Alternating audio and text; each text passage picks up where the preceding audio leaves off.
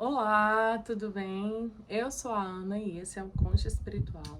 Estamos aqui para mais um vídeo falando sobre cartomancia, a arte da cartomancia, essa coisa que é a cartomancia, né?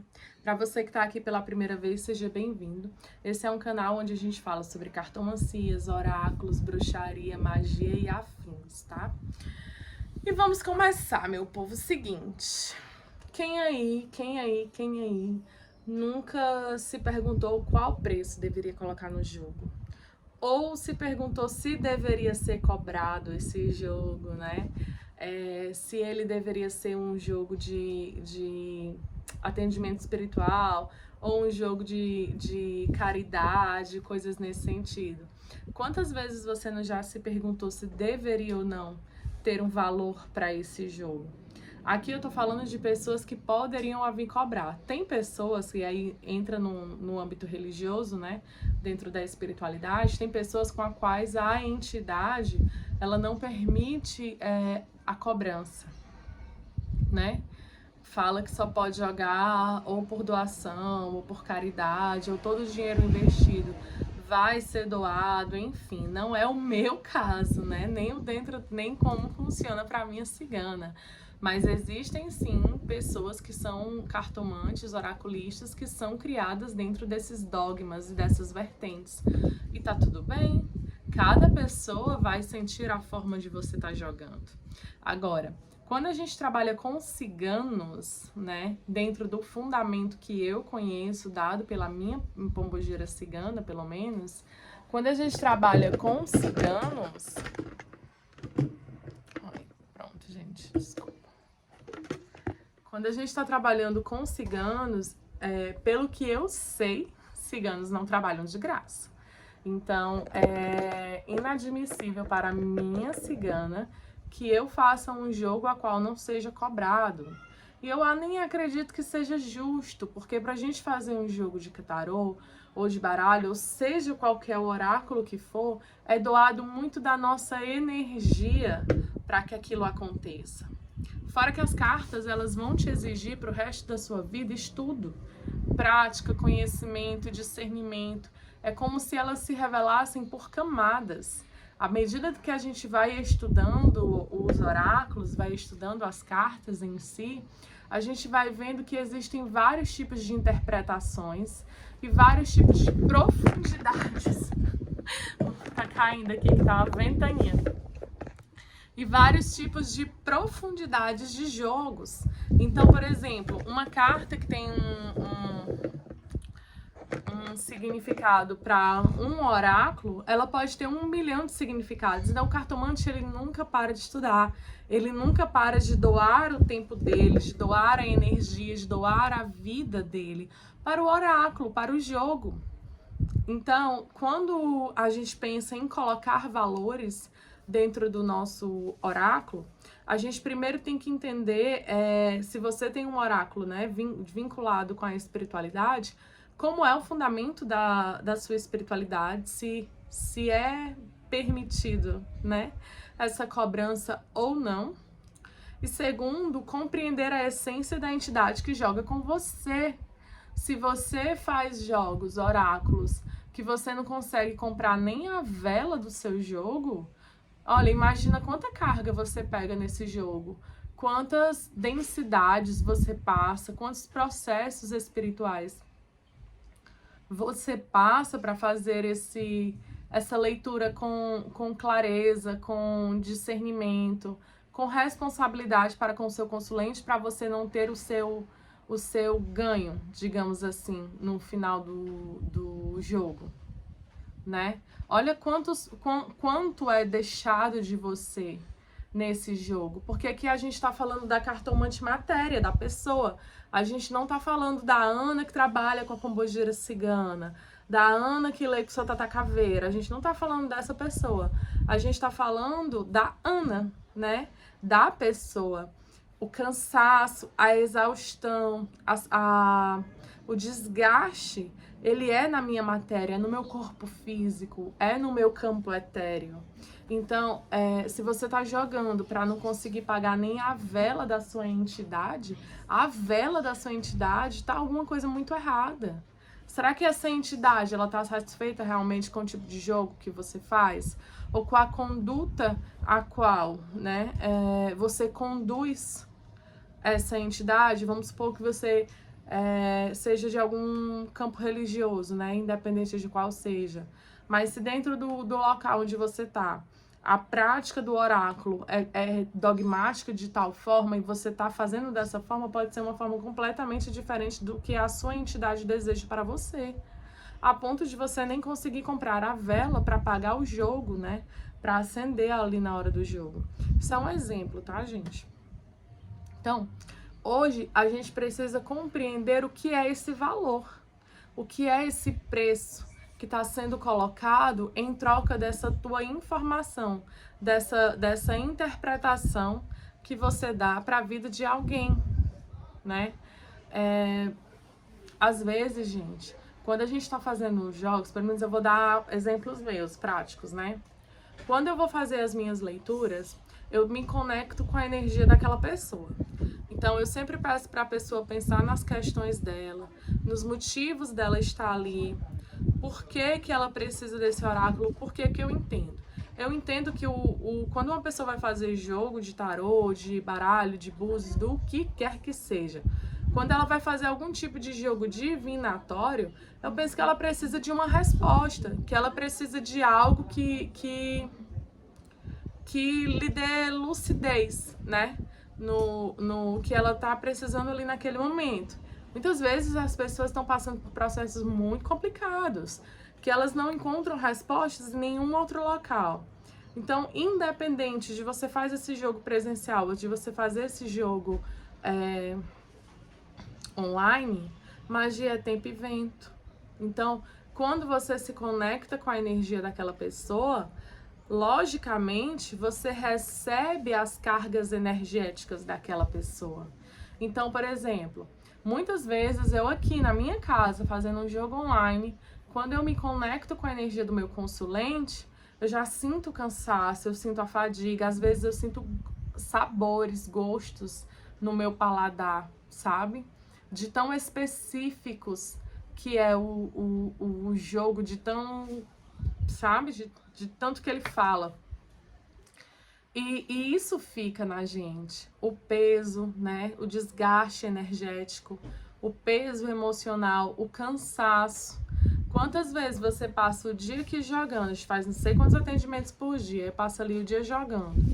Quando dá no final do dia, tipo assim, lá para as 7, 8 horas, tu tá destruída. Parece assim correr uma maratona de tanto que tu tá cansada. Pelo menos eu sinto isso. Eu sinto muito esse cansaço. Para vocês que não são cartomantes, mas são médios em desenvolvimento, imagine quando você vai trabalhar numa gira, quando você vai desenvolver, que aí você entra na gira, entra na corrente, o pai ou a mãe de santo bota você para trabalhar com caboclo, com Oxóssi. Você nunca trabalhou com ele. Você vai lá bater pé, puxar a energia do caboclo, chamar. Cadê esse caboclo? Quando finalizar a gira, tu tá exausto energeticamente e fisicamente. É mais ou menos isso. Fazendo uma analogia simples, tá certo? Para quem conhece esse tipo de energia.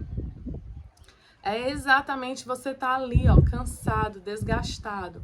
Fora que outra coisa, gente, quando a gente trabalha com oráculos, quando a gente trabalha realmente com oráculos, a gente passa o dia nessa vida, atendendo gente, jogando, fazendo isso ou aquilo. Isso é um trabalho.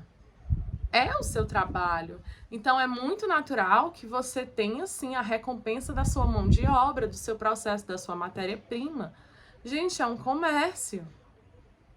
Imaginem, por exemplo, os ciganos. Por que eu falo dos ciganos? Porque boa parte daqui, pelo menos aqui no Brasil, né? Boa parte da galera que joga oráculos, de alguma forma, esse universo, ele circula ali, né? O universo do baralho cigano, por mais que você só queira jogar tarô ou algo do tipo, você vai ver que ele circula ali em você. E você não acha isso curioso? Nunca se perguntou como era na cultura cigana? Essa energia cigana, não o cigano de terreiro, mas o povo cigano, a etnia cigana. Vocês já se perguntaram como as ciganas de vocês ganhavam a vida? Como elas faziam para viver? Independente se é cigana pombogira ou se é ciganas, né? As ciganas em geral. Vocês já se perguntaram? Vocês já entenderam como funciona o povo cigano? Esse povo que foi perseguido, que foi massacrado, que foi subjugado, que foi impedido de tirar identidades, que tiveram suas crenças roubadas, que não podiam ficar em endereço fixo, né? Então, que não tinha médico para atender, que não tinha escola para estudar, que viviam em peregrinação. E mesmo assim tinham que alimentar suas famílias, alimentar os seus povos. Você não imagina como essas mulheres ganhavam dinheiro? Como elas faziam essa troca, né? Muitas delas vendiam suas magias. Não só os oráculos, mas não só os oráculos que eu digo de baralho cigano, mas leituras de chás, leituras de velas, né? Interpretação de sonhos. A parte da mão de obra também, patuás, feitiçaria e tudo, né? Era assim que elas ganhavam a vida. Elas tinham que lutar, elas tinham que comercializar para poder ter esse rendimento, ter esse dinheiro novamente. Fazer o dinheiro, né? E aí, por que agora que a gente está aqui trabalhando com esses espíritos, basicamente, que viveram a vida dessa forma, e quando chega no plano espiritual, eles, não, amor e caridade. Gente, a gente vive em Malkuth. A gente está na Terra, a gente precisa das coisas materiais, a gente precisa manifestar o universo, o mundo material, palpável.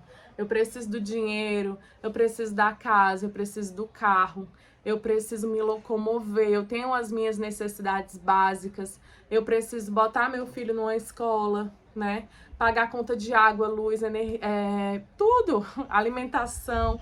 Nada disso vem de graça. E o meu trabalho é o quê? Eu sou cartomante, eu sou cartomante. Eu não estou cartomante, eu não vou, eu sou cartomante. Então essa é a minha mão de obra, esse é o meu trabalho. E é isso que eu tenho que valorizar e por valor também, né? Você vai ver cartomantes que não entendem a cartomancia como essa essência e essa profissão também, que ainda vem naquela visão de que o cartomante, você tem que receber o que der, né? Ou todo o meu dinheiro vai é revestido em outras coisas, é de caridade, ou coisa nesse sentido. Não. Não funciona assim, pelo menos dentro do que eu compreendo, dentro do que eu ensino e dentro do que eu fui ensinada. Quando eu descobri, né, porque eu descobri que eu era cartomante, como eu contei pra vocês lá no primeiro vídeo. Quando eu descobri que eu era cartomante, em pouco tempo depois, ela me mandou cobrar.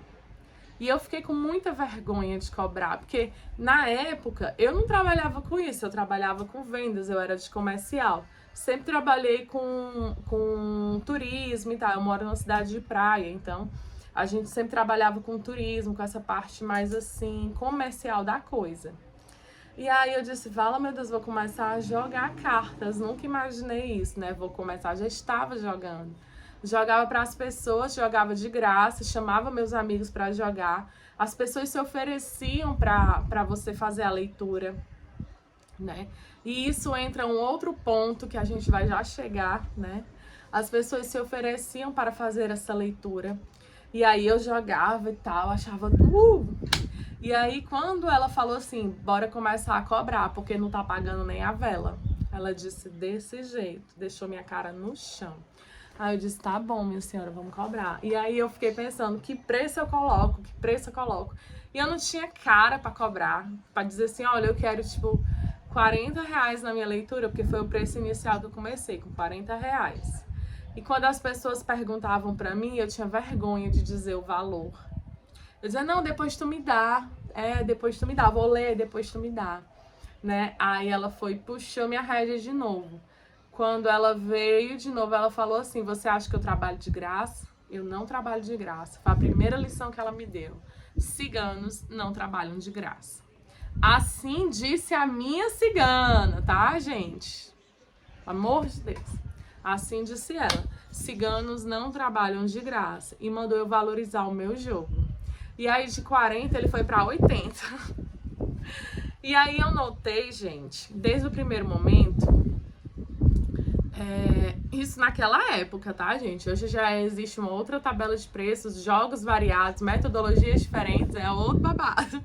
Mas na época eu achava assim um negoção. E aí, gente, isso me leva a outro ponto. Quando você tá aprendendo um oráculo e você tá naquela empolgação, forma aquilo para muitas pessoas elas vão querer jogar com você.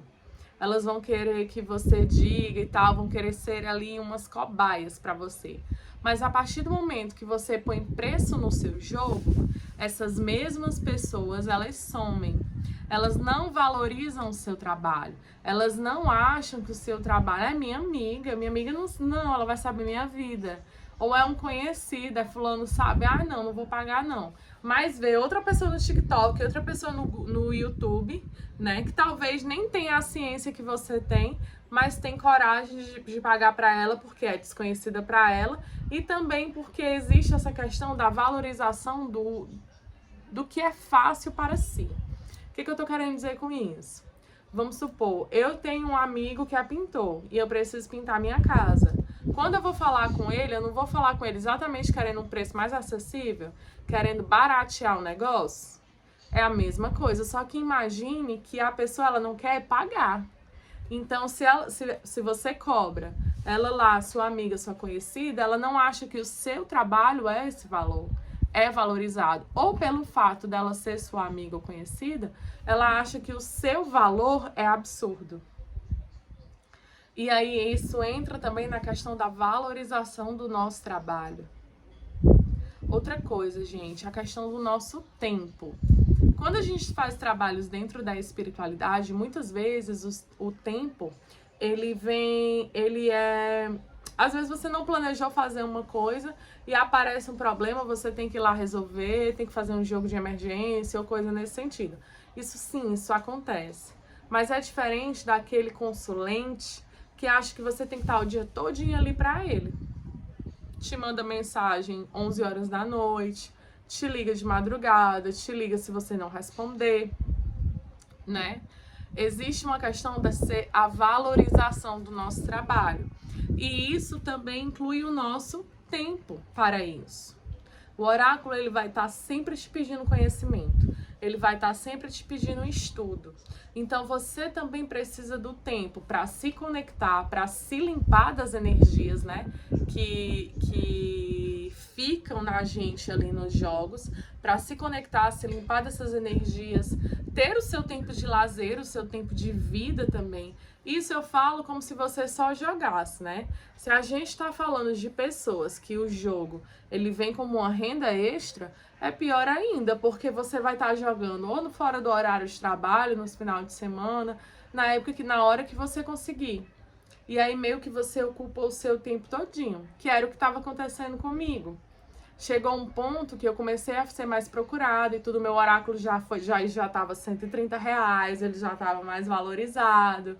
Eu tinha lançado leituras de meia hora, porque até então eu só fazia leituras de 1 hora. E aí eu lancei as leituras de meia hora e tal.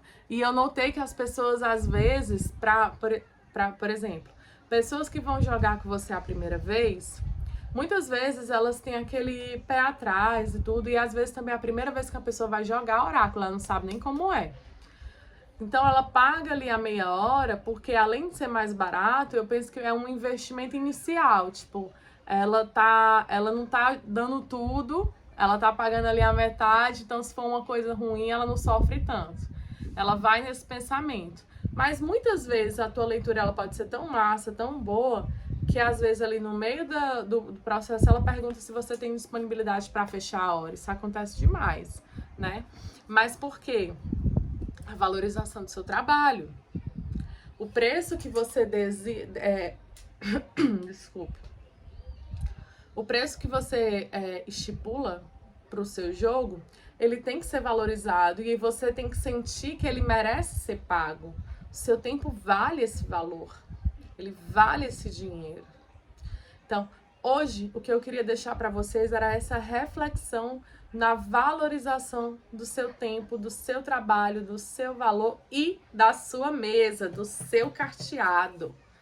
Bote valor nisso. Esse valor, ele precisa ser compatível com todo esse processo que nós discutimos aqui e também tem que dar algum tipo de lucratividade para você, porque você é um ser humano. Você precisa gastar com todas aquelas questões que nós já falamos e você também precisa viver, meu povo. Tem que viver, tem que fazer, tem que acontecer. A gente não vem aqui para a vida só para estar jogando carta e não. Temos que vivenciar e materializar o melhor dessa vida. Lembrem-se que a gente vive lá em Malkuth. A gente vive aqui no reino, a gente vive aqui na terra. E a gente tem que ter próspero, tem que ser, né? Próspero, abundante, ter essa materialização, viver da melhor forma é aqui na terra. Para isso, a gente tem que entrar nessa consciência dessa valorização do trabalho e colocar um preço justo por esse trabalho. Entender que não é uma caridade, que isso aqui é um dom que se dá. A cartomancia, ela é um dom.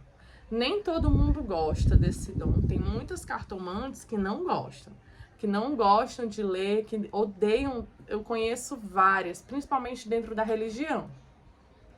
Mas ainda assim é um presente que você tem. Porque na hora do pega pra capar, é pro baralho que você corre, né? Então, vamos valorizar aquilo que foi dado como um presente pra gente, mas que tem que ser nutrido, tem que ser mantido, tem que ser irrigado, sabe? Todo dia.